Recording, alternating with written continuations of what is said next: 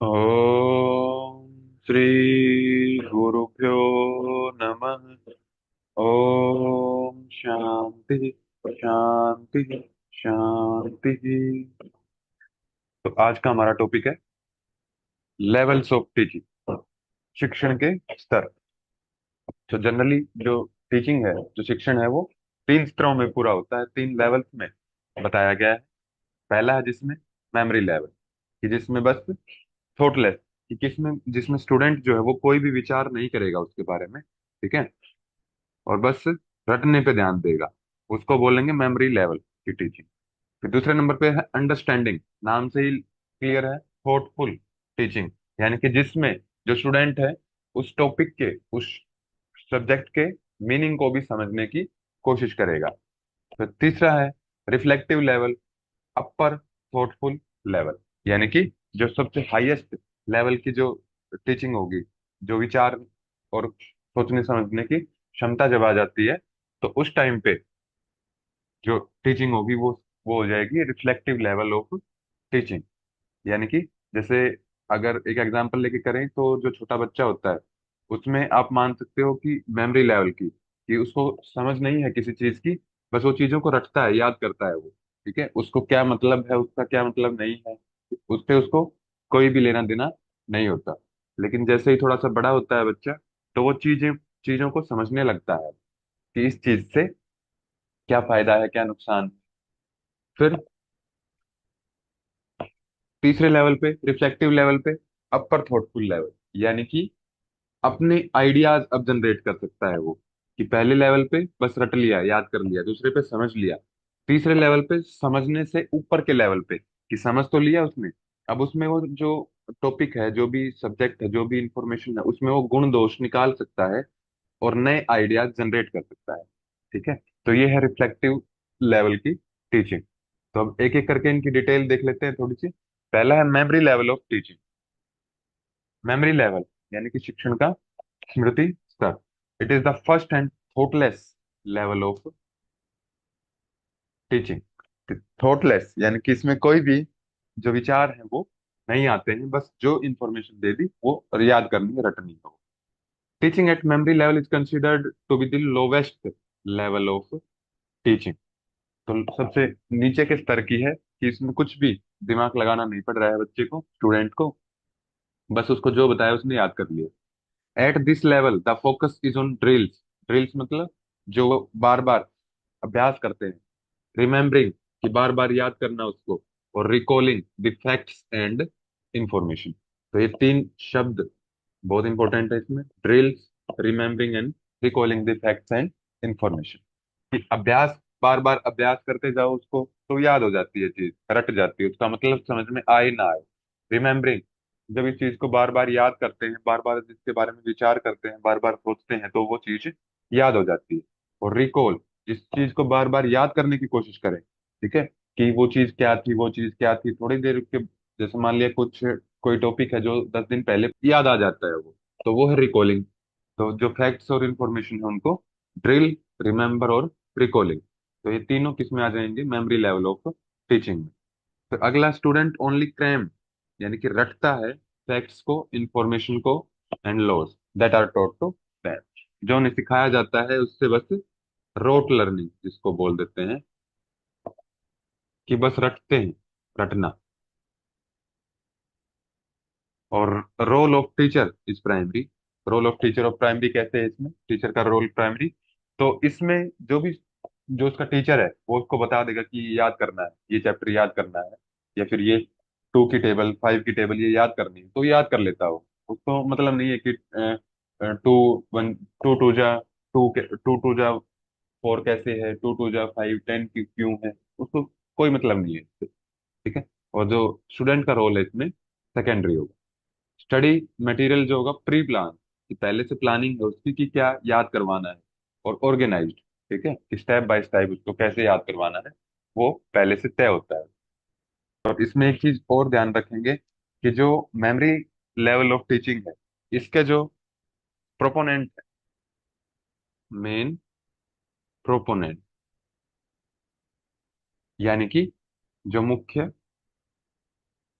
प्रस्तावक है, कि जिसने इस टीचिंग के बारे में मुख्य प्रस्ताव दिया है वो है हर्बर्ट, HERBRT। ठीक है। और इसको अगर मनोवैज्ञानिक दृष्टि से देखा जाए तो इसको मनोवैज्ञानिक साइकोलॉजिकली इसको दूसरा नाम बोला गया है कोग्निटिव लेवल टीचिंग।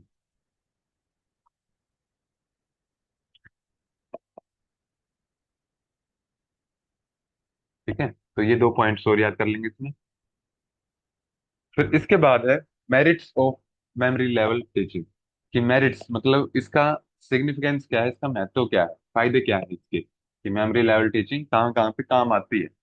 तो useful for students at lower classes, कि जो निम्न स्तर की क्लासेस होती है, छोटे बच्चे होते हैं, उनके लिए फायदेमंद होता है। तो role of teacher is important in this level of teaching. ठीक है, रोल ऑफ टीचर का, जो टीचर का रोल है वो इम्पोर्टेंट रहेगा, कि जो भी वो सब्जेक्ट की चॉइस करेगा, जो भी वो विषय वस्तु चुनेगा, वही उसको याद करवाएगा बच्चों को।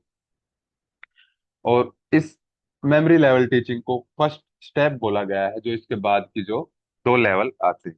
कि पहले जो रटने वाली स्टेज है, पहले रटना रटा जाता है, उसके बाद धीरे धीरे जो मेंटल एबिलिटी डेवलप होती जाती है। मतलब जो एक आयु की अवस्था में जो सबसे पहले होगी वो होगी मेमोरी लेवल टीचिंग, क्योंकि बच्चों का जो बौद्धिक स्तर है वो उतना डेवलप नहीं होता है। ठीक है, उन सोचने समझने की क्षमता डेवलप नहीं होती है। तो स्टार्टिंग में वो रटेंगे बस इंफॉर्मेशन को, फिर धीरे धीरे वो समझना की कोशिश करेंगे, तो understanding level of teaching develop होगा।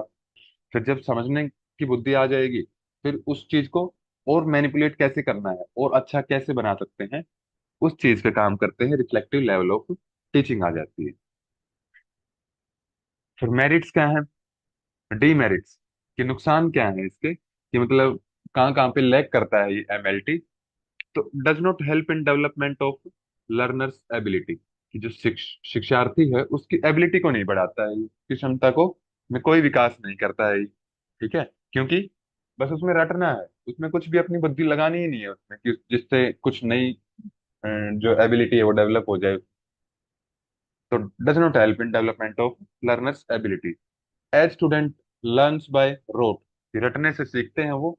The knowledge gain does not prove beneficial in real life, कि जो वास्तविक जीवन है उसमें कोई भी काम नहीं आती वो नॉलेज जो रटी हुई है। ठीक है, मोटिवेशन इसमें नहीं होता कुछ भी। ठीक है, कि जिससे कुछ अलग ही अगर रियल लाइफ का एक्सपीरियंस कुछ समझ में आए, कि रियल लाइफ में वो कुछ काम आए, तो मोटिवेट करे वो। ठीक है, अब रटना है इंफॉर्मेशन को बस, तो वो रियल लाइफ में कहीं भी काम आती नहीं है, तो मोटिवेट करती भी नहीं है। ठीक है, रटना सबको बोरिंग लगता है। Intelligence does not have any importance in this type of teaching, कि इंटेलिजेंस से कोई लेना देना नहीं है इसमें। ठीक है, कि कुछ ज्यादा ही बुद्धि लगानी है रटने में। एक बस इंफॉर्मेशन कोई लाइन लिखी है, ये लाइन लिखी है मान लिया, बस इसको बार बार पढ़ते जाना है, पढ़ते जाना है, एज इट इज इसको रट लेना है। इसका क्या मतलब निकलता है क्या नहीं निकलता है इससे कोई मतलब नहीं। फिर दूसरा लेवल आता है इसमें understanding level of teaching. Understanding level यानी कि अब जो उस विषय वस्तु का मीनिंग है, जो अर्थ, उसको समझना शुरू हो गया है बच्चा, तो उसमें क्या आएगा, अंडरस्टैंडिंग लेवल ऑफ टीचिंग। तो understanding something is to perceive और कॉम्प्रिहेंड द मीनिंग, कि जो भी सब्जेक्ट है अब उसके अर्थ को, उसके मीनिंग को समझना शुरू कर दिया है, तो वो आ जाएगा अंडरस्टैंडिंग लेवल ऑफ टीचिंग में। और इसमें जो मेन प्रोपोनेंट है इसके, यानी कि मुख्य प्रस्तावक हैं, वो मोरिसन,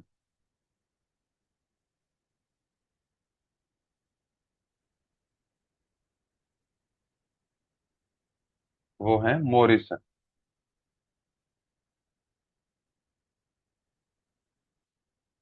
ठीक है, फिर आगे क्या है इसका, at this level students are taught with positive and negative examples. तो ये जो सर्कल कर रहे हैं ये जरूर ध्यान रखने पॉइंट्स के। पॉजिटिव एंड नेगेटिव एग्जांपल्स, अगर आपको क्वेश्चन में कहीं भी पॉजिटिव और नेगेटिव एग्जांपल्स कुछ लिखा दिख जाता है, तो वो किस में जाएगा, अंडरस्टैंडिंग लेवल ऑफ टीचिंग।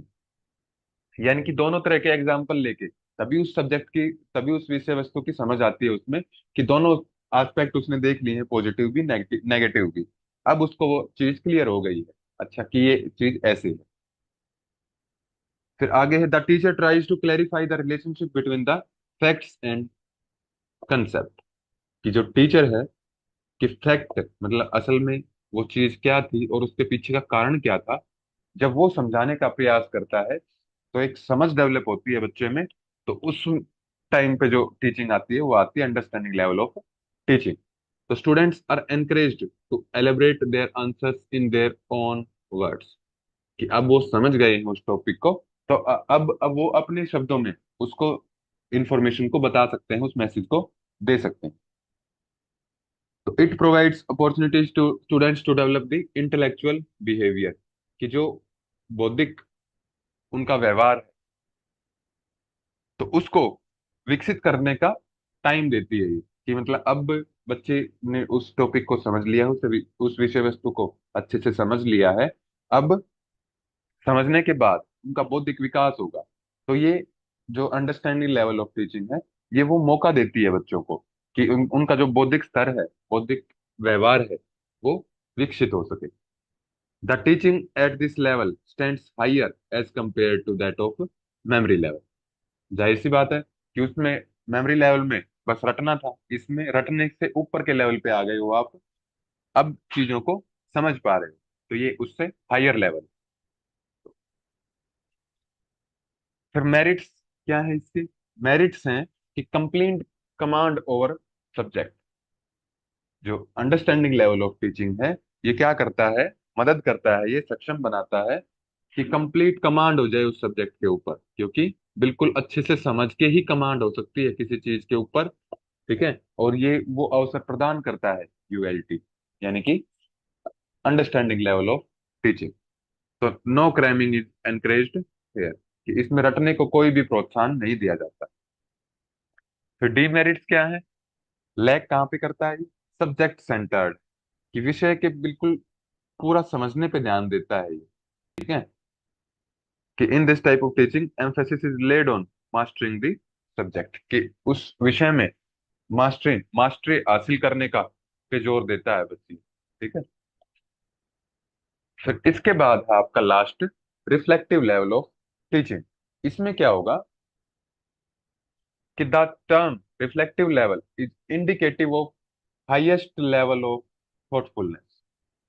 तो हाईएस्ट लेवल ऑफ थॉटफुलनेस कौन सा है? ये reflective level of teaching on the part of the teacher as well as the learner. कि दोनों के लिए फायदेमंद है ये, टीचर के लिए भी और लर्नर के लिए। इसके कौन है प्रोपोनेंट? तो इसके मेन प्रोपोनेंट हैं Hunt.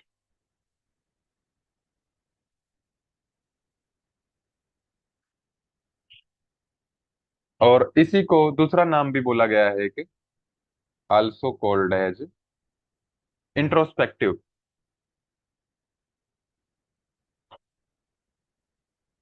Level of teaching.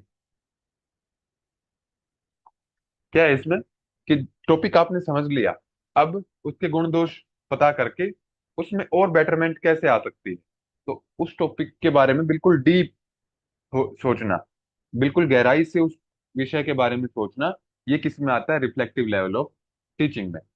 At this level cognitive and critical thinking is encouraged.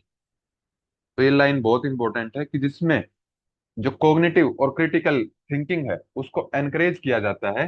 कि जिससे वो उसकी जो एक प्रज्ञा है वो डेवलप हो जाए, और वो चीजों के बारे में गुण दोष मतलब उनके बारे में डिस्कस कर सके कि ये इसमें कमी है, ये इसमें अच्छाई है, उनके बारे में डिस्कस कर सके वो। तो इस लेवल पे इस चीज को क्या मिलता है? बढ़ावा मिलता है, प्रोत्साहन मिलता है। And the teaching is done through problem solving and discussion. कि अब जो भी टॉपिक पे विचार करने के बाद, गहराई से सोचने के बाद, जो भी उसमें प्रॉब्लम आएगी, जो भी उसमें प्रॉब्लम लगेगी, जो भी उसमें कमियां लगेंगी, तो उसके ऊपर डिस्कस करके और उन प्रॉब्लम्स को दूर कर किया जाता है। तो थिंकिंग डीपली अबाउट समथिंग, तो बहुत गहराई से सोचा जाता है इसमें। तो ये लास्ट है आपकी रिफ्लेक्टिव लेवल ऑफ टीचिंग, सबसे हाईएस्ट लेवल की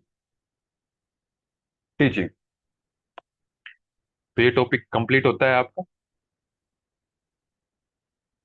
ओम श्री गुरुभ्यो नमः। ओम शांति शांति शांति।